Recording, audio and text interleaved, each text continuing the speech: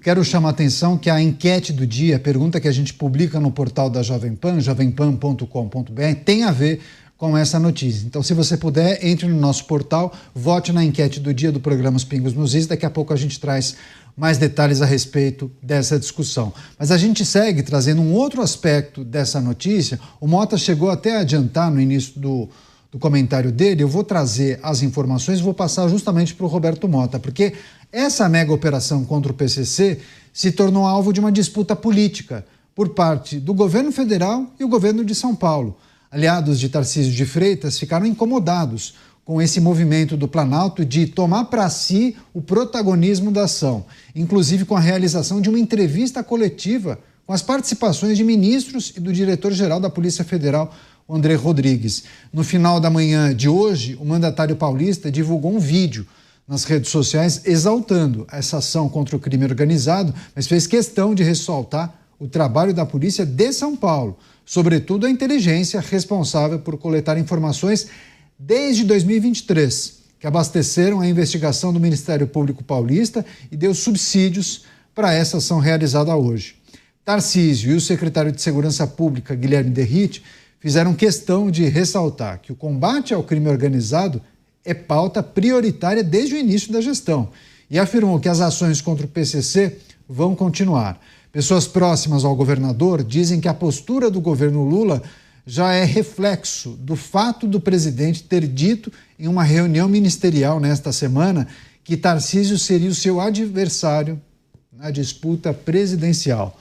Começar essa com o Roberto Mota. Mota, disputa política, busca por protagonismo. Quem é quem nessa operação, Mota?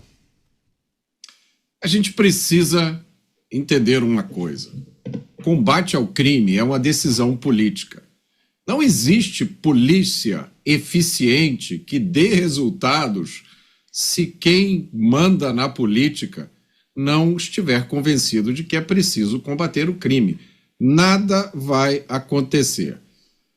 Por isso é surpreendente nesse momento que pessoas e instituições que sempre foram indiferentes ao combate ao crime, e olha, eu estou usando um eufemismo aqui, hein, gente? É surpreendente que essas pessoas e essas instituições agora estejam pedindo crédito de uma operação contra facções. Combate ao crime é uma decisão política. Daí vem os resultados espetaculares de alguns governos estaduais nos últimos anos, principalmente o governo de São Paulo, mas também o governo de Minas Gerais, de Goiás e de outros estados. Não existe combate ao crime sem um apoio político ao trabalho da polícia e sem um sistema de justiça criminal eficiente. Não adianta fazer essas operações usando a maior sofisticação, desbaratar essas quadrilhas e daqui a 2 anos está todo mundo na rua. Ninguém é condenado a nada e volta a fazer a mesma coisa. Mas por que isso acontece? Porque predomina no sistema de justiça criminal brasileiro a ideia do criminoso coitadinho. Predomina a ideia de que, olha, não se pode prender não adianta nada. E as prisões brasileiras são medievais. Façam uma busca na internet e vocês vão ver que essa frase, não se pode prender porque as prisões brasileiras são medievais, ela já foi repetida pelas mais altas autoridades desse país. Ela consta de sentenças judiciais que dizem, olha, o criminoso realmente ele cometeu o crime, ele é culpado, mas não se pode prender, porque as prisões do Brasil são horríveis. Agora eu pergunto a vocês, como é possível que algumas dessas mesmas pessoas que espalham essa crença há anos, há décadas aqui no Brasil, agora tenham se convertido ao combate ao crime? A gente só pode imaginar que, olha, alguém ligou para alguém e falou, imagina deixar o governo de São Paulo levar sozinho o crédito de uma operação como essa? Imagina, olha, deixar que o governador Tarcísio leve esse crédito, ele que de repente pode ser candidato a presidente no ano que vem, mas se a justiça for feita, nós vamos olhar para os últimos anos e vamos reconhecer que o trabalho que o governador Tarcísio e a sua equipe têm feito, eu que acompanho a justiça criminal, o combate ao crime nesse país na última década, eu não conheço nada parecido em preparo, em sofisticação, em ousadia, em coragem. Ninguém sabe o custo que essas pessoas pagam por isso. A gente tem um exemplo, o promotor Lincoln Gaquia, que hoje precisa de proteção policial para ele e para a sua família 24 horas por dia. Por que nós chegamos a esse ponto? Nós chegamos a esse ponto por causa das ideias erradas que predominam no sistema de justiça criminal do Brasil. Façam uma busca na internet e vocês vão ver a origem dessas ideias erradas. Você, Dávila, como avalia essas discussões, o posicionamento dos integrantes do governo federal e do governo de São Paulo? São narrativas que acabam se chocando, né, que se conflitam. Por exemplo, o presidente da República disse que todo esse trabalho começou no Ministério da Justiça. Já o governador de São Paulo e o secretário Guilherme Derrite citaram o GAECO, mas também o trabalho realizado pela Polícia de São Paulo desde 2023. Caniato, vamos olhar para essa questão sob dois prismas. O prisma político e o prisma técnico. Prisma político, o Mota tem razão. Política de segurança tem a ver com o tempero político.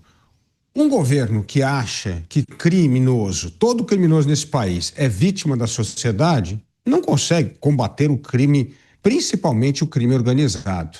Agora, o governo quer tirar lasquinha deste combate ao PCC, porque já viu em toda a pesquisa que a maior preocupação do brasileiro, aquilo que tira o sono do brasileiro hoje, é justamente a violência. Nós moramos num dos países mais violentos do mundo.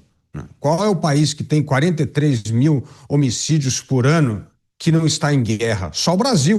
Então, é óbvio que o governo está tentando mostrar algum tipo de reação para justamente não ficar com esta imagem de que é amigo de criminoso e de bandido e é pulso mole para combater o crime organizado. Então, isso é exploração política. O governo querendo mostrar que é duro no combate ao crime, tirando casquinha desse trabalho unificado de polícias estaduais com a Polícia Federal. Então, esse é o lado político. Agora, vamos ao lado técnico. É verdade, sim, que o Ministério da Justiça reuniu os maiores especialistas em segurança pública, inclusive o Lincoln Gaquia, do GAECO aqui em São Paulo, para discutir a tal da lei antimáfia, né? Então, isso é uma causa que nós aqui nos Pingos nos Is defendemos muito. O Brasil precisa de uma lei antimáfia. De novo. O Brasil precisa de uma lei antimáfia. Inspirada. Dávila, congelou rapidamente, 3 segundos, você falava, o Brasil precisa de uma lei antimáfia. Pode seguir. Isso, precisa de uma lei antimáfia muito inspirada na lei italiana, uma lei que já vigora há muitos anos e que funciona. Essa lei italiana, da lei antimáfia, como é que ela funciona? Tá oscilando, tá oscilando, Dávila. A gente vai refazer a comunicação. Guarda esse ponto aí, porque daí a gente avança mais ou menos desse ponto. Eu vou passar então para o Diego Tavares, para ele analisar essa situação que envolve uma guerra de narrativas ou busca por protagonismo. E aí as pessoas entendem, né? O que é que está em jogo? Muitos colocam sobre a mesa os elementos que podem envolver um ativo para um grupo ou para outro no processo eleitoral, mas é preciso também considerar o que a população observa de cada ente, né? O que o governo federal tem feito no combate ao crime organizado nos últimos 2 anos e meio e o que o governo de São Paulo tem feito ao longo desse tempo. Você, Diego, como observa tudo isso? Olha, Caniato, esse é o grande ponto. Existem muitas narrativas que ficam muito bem divididas entre os entes que polarizam certas discussões. Nesse tema especificamente, segurança pública, querer comparar o governo do estado de São Paulo com o governo federal, com todo o respeito que cabe ao governo federal, é quase como aquela luta entre o Popó e o Bambam. No começo da gestão do governo federal, quando o governo aqui do estado de São Paulo estava encampando a Operação Escudo, o governo federal estava tirando 700 milhões de reais do orçamento do patrulhamento de fronteiras, que é por onde entram as drogas, que é por onde entram as armas, que é por onde o crime organizado escoa as drogas e aumenta assim, os seus rendimentos. Quando estava acontecendo aqui na capital a Operação Downtown, que eu citei no meu primeiro comentário, desbaratando já os braços financeiros do crime organizado, o governo federal estava achacando os estados para que as polícias colocassem câmeras nas fardas, sob pena de receberem cortes nos repasses do Fundo Nacional de Segurança Pública. Então, para mim é muito claro que o governo federal, com esse embate que se cria agora, está pensando somente nas eleições de 2026, está tentando se apropriar de uma pauta que nós sabemos muito bem. Quando o processo eleitoral começa de fato, é uma das grandes pautas a serem debatidas, uma das grandes pautas cobradas pela sociedade. Mas do ponto de vista da entrega, do ponto de vista das políticas públicas, é inegável que o governo do estado de São Paulo está muitas léguas à frente do governo federal. Alguns pontos chamam muita atenção, além desses comparativos que eu fiz. Qual foi a última vez que qualquer pessoa viu uma coletiva de imprensa da Polícia Federal para tratar de uma operação? Eu confesso que eu nunca tinha visto. E isso é rotina aqui no governo do estado de São Paulo. Sempre que tem uma operação do GAECO, sempre que tem uma operação exitosa da PM, da Polícia Civil, ocorre uma coletiva de imprensa. Essas integrações entre as forças policiais aqui no estado de São Paulo já é algo praticamente do dia a dia. Nós temos até operações integradas de combate ao crime entre guardas civis municipais. Agora, o governo federal é muito bem-vindo para ajudar a combater o crime organizado. O Dávila disse muito bem, eu estou recorrendo muito aqui às falas do Dávila, que é, enfim, um grande comentarista aqui da casa. É um trabalho a ser feito de forma permanente, um trabalho para se tornar política de Estado e não política de governo. Mas se for para politizar esse debate, e agora invocando aqui o Roberto Mota, já que se trata de uma decisão política, nós precisamos reconhecer que o governo federal está chegando agora e já está querendo sentar na janelinha. O governo do estado de São Paulo tem muito mais resultado entregue nesse sentido e, enfim, não tem condições de ficar para trás num debate como esse. As pessoas, imagino eu, estão atentas a todos esses fatos. Pois é, o Luiz Felipe Dávila tinha introduzido suas informações nessa discussão. E aí ele falava sobre a defesa ou a necessidade de uma lei antimáfia, e aí nós perdemos o contato com o Dávila. Refizemos agora. Dávila, fique à vontade, queremos escutar sua reflexão a respeito disso.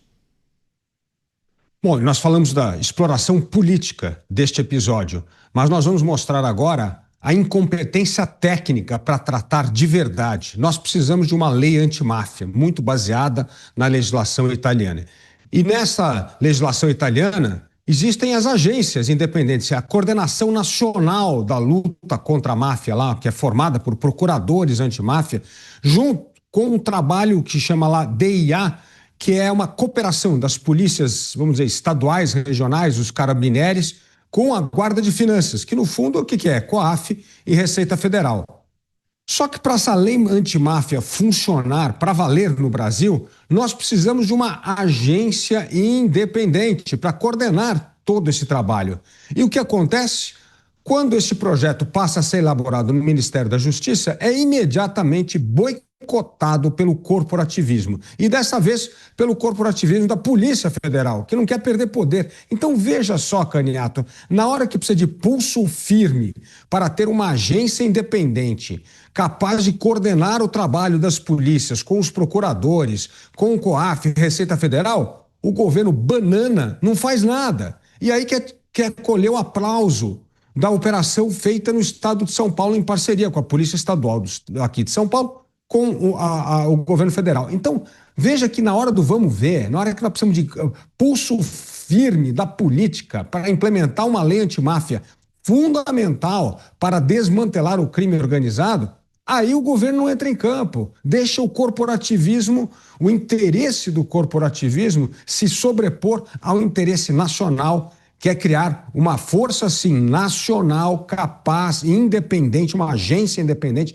capaz de combater o crime organizado. Então, é muita fala e pouco trabalho. Na hora que precisa de apoio político para medidas duras e que, sim, que vão contrariar interesses corporativistas, o governo simplesmente não compra a briga. Várias mensagens de pessoas a respeito dessa discussão que nós estamos fazendo. Uma pessoa, inclusive, colocou aqui: fiquei surpreso quando vi o ministro Fernando Haddad participando dessa coletiva. Qual será o interesse? Bem, agradeço a todas as pessoas que acompanham, participam do debate, enviam mensagens. Se puder, vote na enquete do dia. A pergunta é justamente sobre esse tema. Olha só qual é o questionamento que nós fizemos para os nossos internautas, ouvintes e também para a nossa audiência. Você acha que, a partir dessa operação realizada contra o crime organizado, o governo federal vai priorizar o combate às facções? Vai adotar uma postura mais firme contra criminosos? Vote em jovempan.com.br.